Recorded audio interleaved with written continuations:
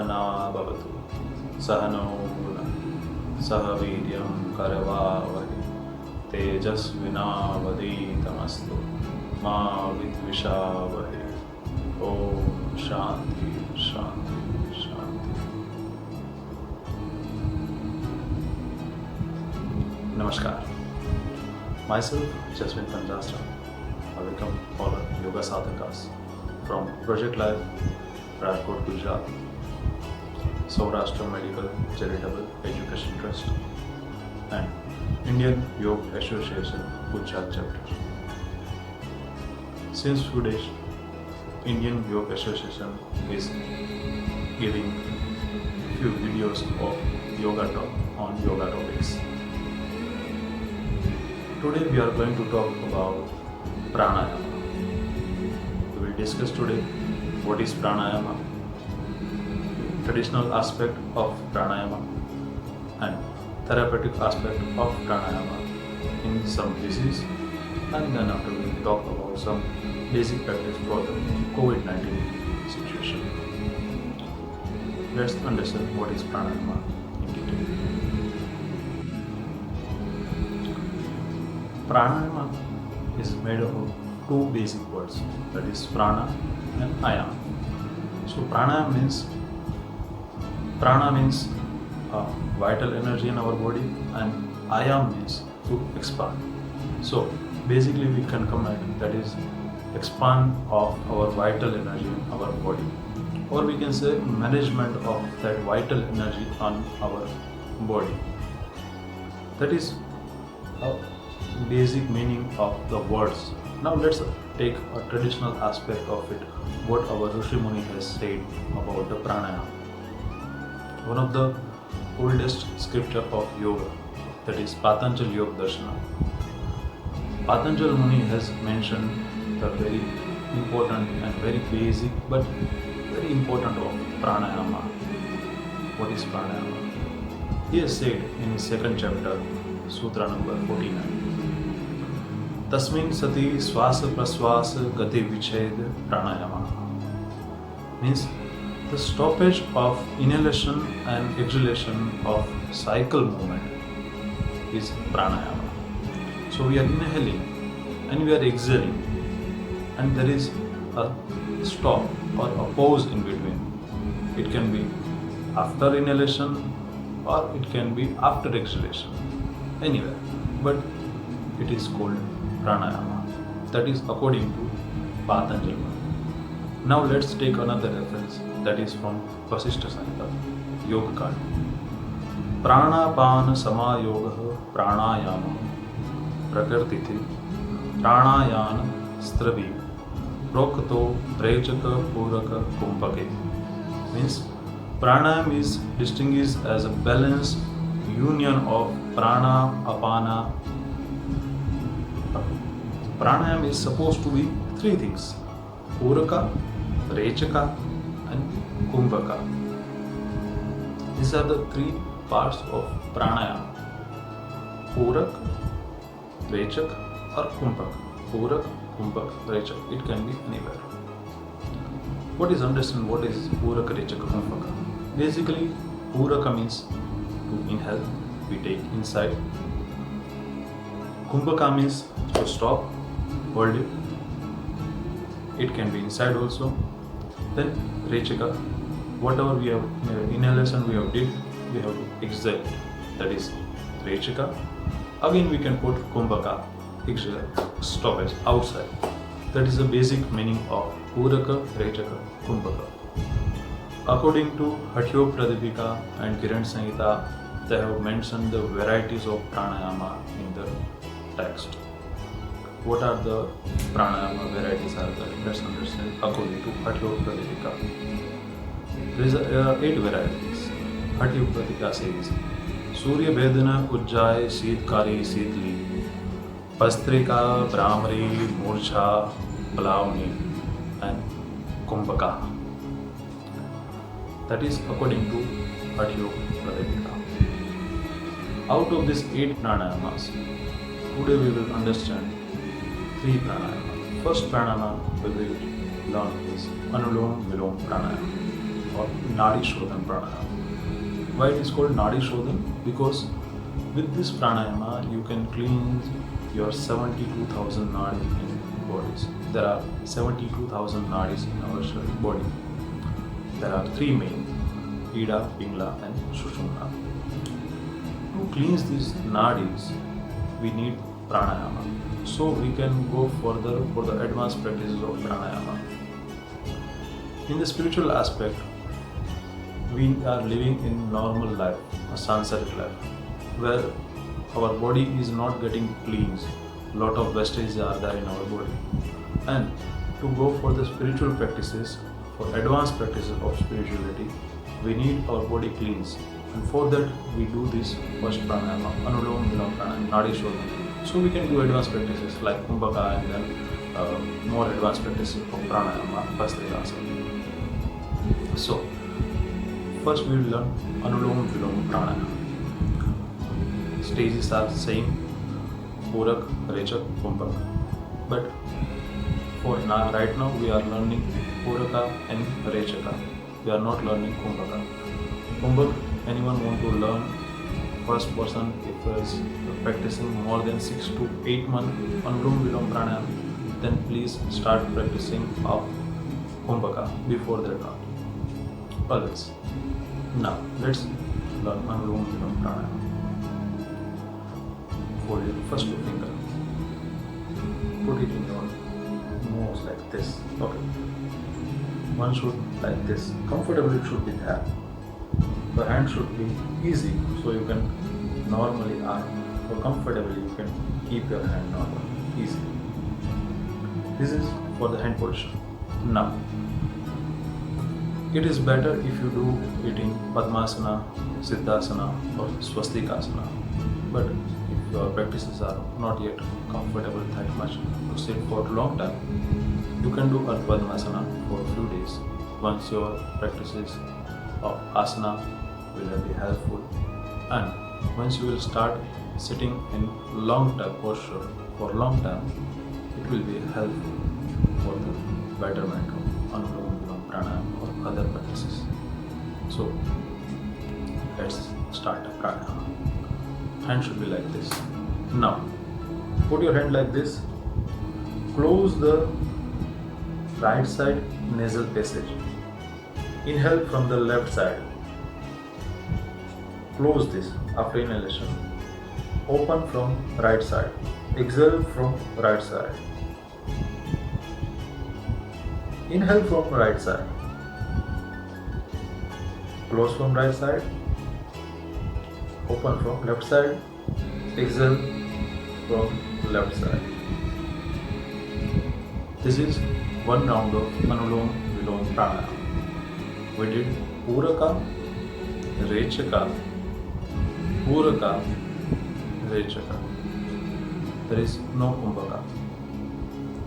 As we are learning for the basic practices right now, we are not using Kumbhaka practices. For that we will come with another. Now, how this Anulom Vilom Pranayama or Nadi Shodhan Pranayama is helpful? Let's understand this.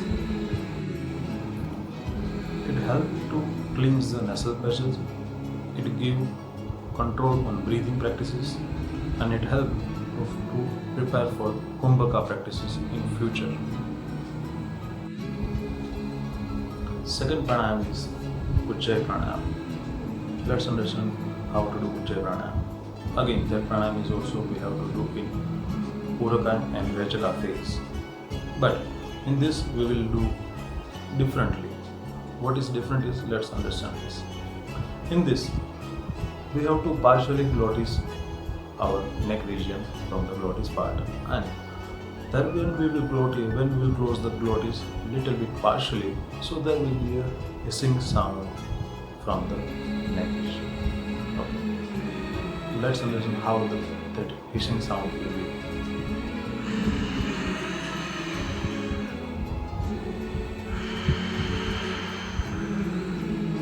This kind of sound will be there when you are practicing. Once you will advance the practices and you will perform more and more, gradually there will be much easier in producing this kind of hissing sound and practicing of it. In starting there will be a little bit pain and there will be a little bit not easy for neck to perform the practices. But slowly it will be easy. Now let's understand the practice of it, how to do it. These practices we are going to today is according to Hatha Yoga Pradipika. We have to inhale from both the nostril, but we have to exhale from left. Right side nostril we will close. This is according to Hatha Yoga Pradipika technique. Now, how we will do it? Inhale from both, exhale from left. So, when we will inhale, there will be a hissing sound. When we will exhale, there will be a hissing sound again. Like this.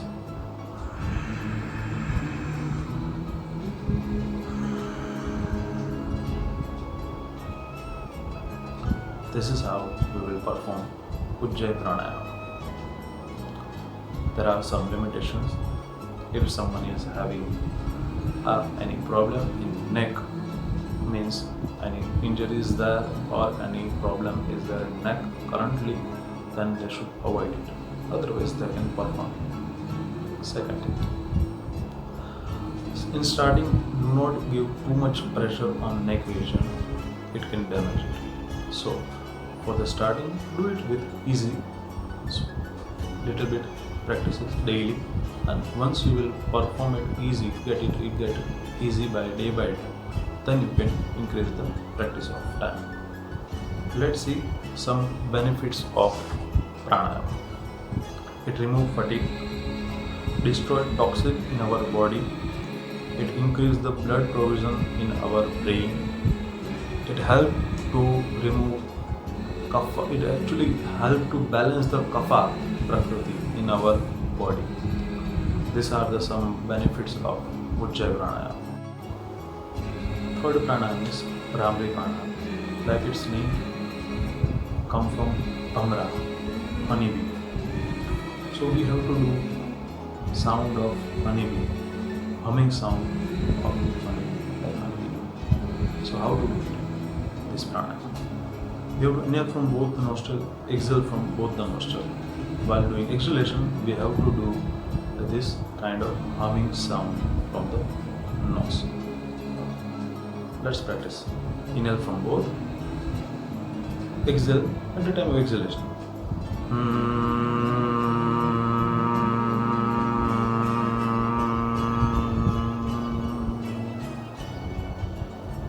By performing this, one can practice for starting Puraka, Rajaka.